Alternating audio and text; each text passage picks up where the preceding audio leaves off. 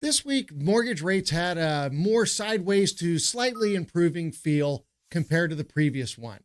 We started off the week with average 30-year fixed rates sitting around the near 6.7 range on Monday. Bond markets opened quietly with early trading reacting to weaker than expected retail sales data, but that optimism faded once the control group data came in stronger than forecast and rates held mostly steady as lenders priced conservatively.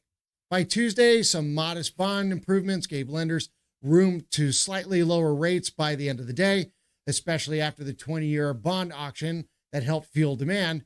Then came Wednesday, Fed Day, the big day that I had mentioned from last week to watch out for, and we all braced for the fireworks. But what we got instead was a subtle bond-friendly message. The Fed held rates steady as expected, and the summary of economic projections showed no aggressive upward revisions to future rate expectations. They also announced that they would slow the pace of their balance sheet runoff, which is a fancy way of saying that they'll be reinvesting in more bonds. A technical but important move that helped mortgage rates actually improve.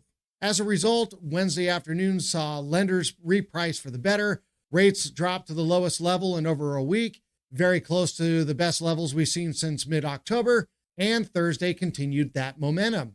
Even though the bond markets were relatively flat, lenders priced more aggressively thanks to Wednesday's late-day rally. Friday, today, however, was quiet, no major data, just some headlines about potential tariff flexibility. Bonds faded slightly through the day, and lenders mostly held rates flat or bumped them up just a hair. We ended the week slightly better than we started, but still squarely in the familiar range we've been tracking since early March.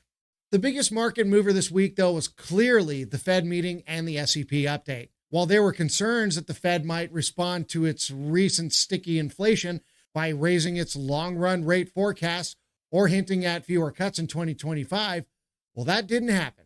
Instead, the dot plot reflects 2 cuts this year, and Powell's tone was relatively measured.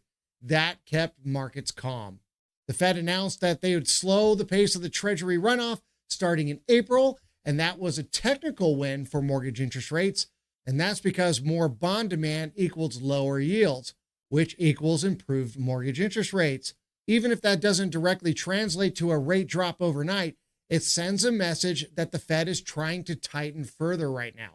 And meanwhile, economic data like retail sales, builder confidence, and jobless claims gave us a mixed picture. Some weakness, some resilience. That blend continues to support the idea of a gradually cooling economy.